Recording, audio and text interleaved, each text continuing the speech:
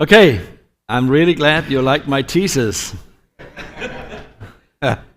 Maybe it was not okay, but anyway, I think some of these non-negotiables are obvious from my first presentation, but let's go to it. First of all, we need to agree what we are talking about. So we need to have a common language about this.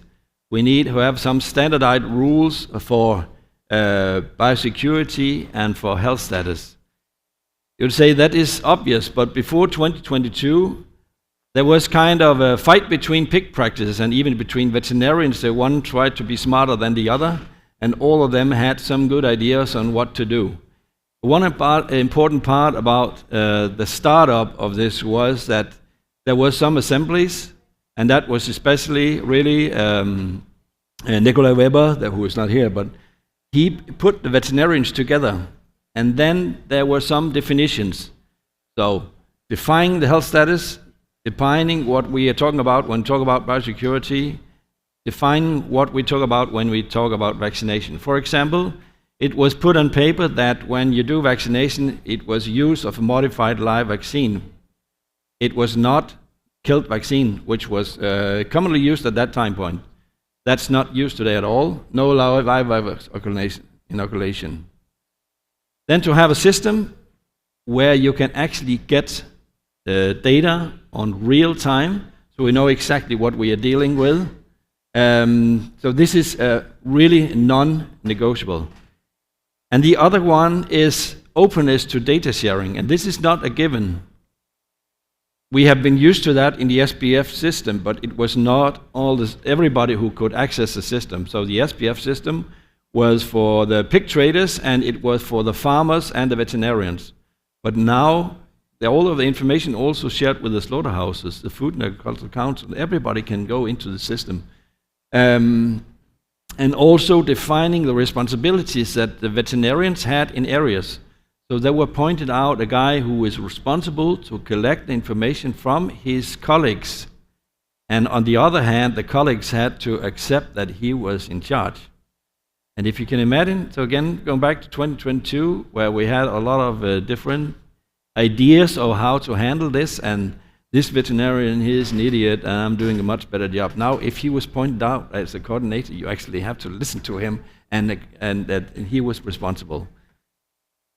Then the farmers had to collaborate. Again, a lot of the farmers, they know about their own production, but they were actually not really well informed of what happened in the natives. Now they can go and see what actually are the status. So, all of this was put in place. You know that we know all about the information. Already from the SPF system, for the herds that were part of the SPF system, there was also very well defined how a loadout area should be looking like. Washing facilities, for example, when a truck driver comes, he cannot go inside. There needs to be a place for him to stand. And where can he go and where can he not go? The entrance, you probably know the term Danish entry. What is probably also different to most of your farms is that we do not shower in and out. It's very, very few. There's some nucleus herds where we shower in, but we don't shower in and out. Because the SPF system over the 50 years has shown it doesn't change anything. What you need to do, of course, change clothes and boots. You wash your hand, you disinfect your hands before you go in. But the rest doesn't add anything to it. So do what is necessary and needed, and don't do something that don't add up to it, just to bother people. And then the rendering, I'm sure, sorry, there's not a very good picture here. The rendering is actually still kind of a weak point. This looks very nice, and we have also cooling facilities on the farms. But we also have dead pigs that are put in a place off-site. Of course, we want to get it as long away as we can from the herd. But on the other hand, you shouldn't put it closer to a neighbor and put him on risk. And also the rendering talk, all the rendering is done by a third party. And funny enough, and I don't know why, there must be some reason for that, the legislation or whatever, but they are not GPS tracked. All the transportations, so all the trucks that are transporting pigs to Denmark, they are GPS tracking. We know exactly where they have gone if they passed other farms, but the rendering somehow not.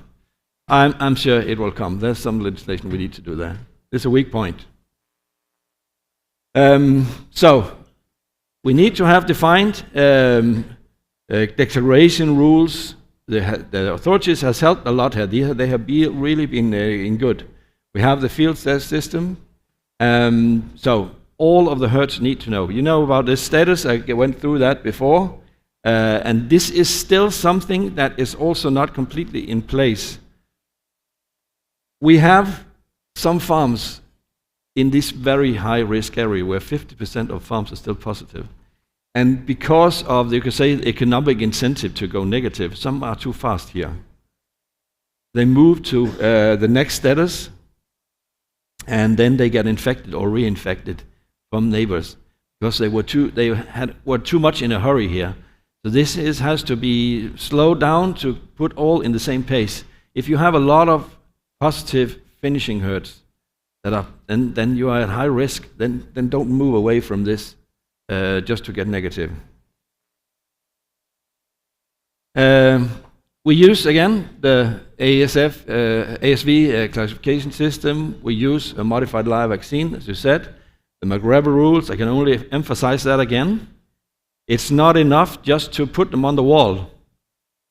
The 10 management rules, I put them back in a sheet 2010, and there are different versions of it. The first one was in a yellow chart, the next one was green, then there was a blue one, and they were different. So when I go to a farm, I can see when they thought they started this. If you have a yellow one, it's some years since I saw the yellow one, but some still have the green one, which is from 2007, something like that. So the first thing I do is ask, are you following these rules? And they always say yes. Yes, we do. Yeah, good. Okay, let's walk into the farrowing room. And what's the first thing I see there? It's a pen with 12 piglets without a sow. What is one of the basic rules here? No weaned pigs in a farrowing room. If there's no sow with the pigs, they are weaned. Okay, now we know where we're at, and so on, and you can go in. And you have really to comply to this. This is important. The 12-week quarantine, you'll hear about that later, we'll pass that. But maintain sow stability until it's safe to move to the next direction. Data, data, data. Share the data, know exactly what's going on, and additional to the other tools that I showed here, a bit different. Can I go back? Yeah.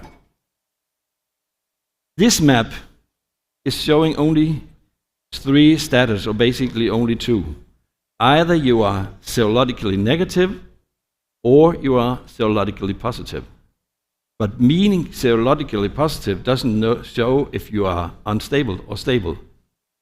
And this is a big, big difference if you want to go from to the next status. So if you want to go from a stable situation to elimination, it's important to know if your neighbors are actually shedding virus or if they're completely stable. So therefore, together with the guy that actually developed the combat tool together with me, we made this tool instead. This is something that veterinarians in the smaller area use. There's more information here. So all of the herds are now put here. Then they are now put in the map depending on the actual shedding status. Are they stable or unstable? If they are stable, what was the last time they took samples? How many samples were taken and where? So with this, there's much more detailed information. So now it looks like this instead. So this is operational. Now you can go in and you can make a clear decision, or if you want to go better. And then you can follow back on time. So now all of the herds in this area are listed like this. And now you can see the samples. So some were positive, unstable for a long time. Some were here, then they went to elimination status. So the yellow ones should always cover 6 months because that's the time it takes to go negative. Most of them succeed, you can see. There's one here who did not succeed, and then do a total depup. So this is a map that is operational and you can work with, and you know what you're happening with your neighbors. So collaboration on different levels, clear responsibilities, and have a clear consensus. Thank you.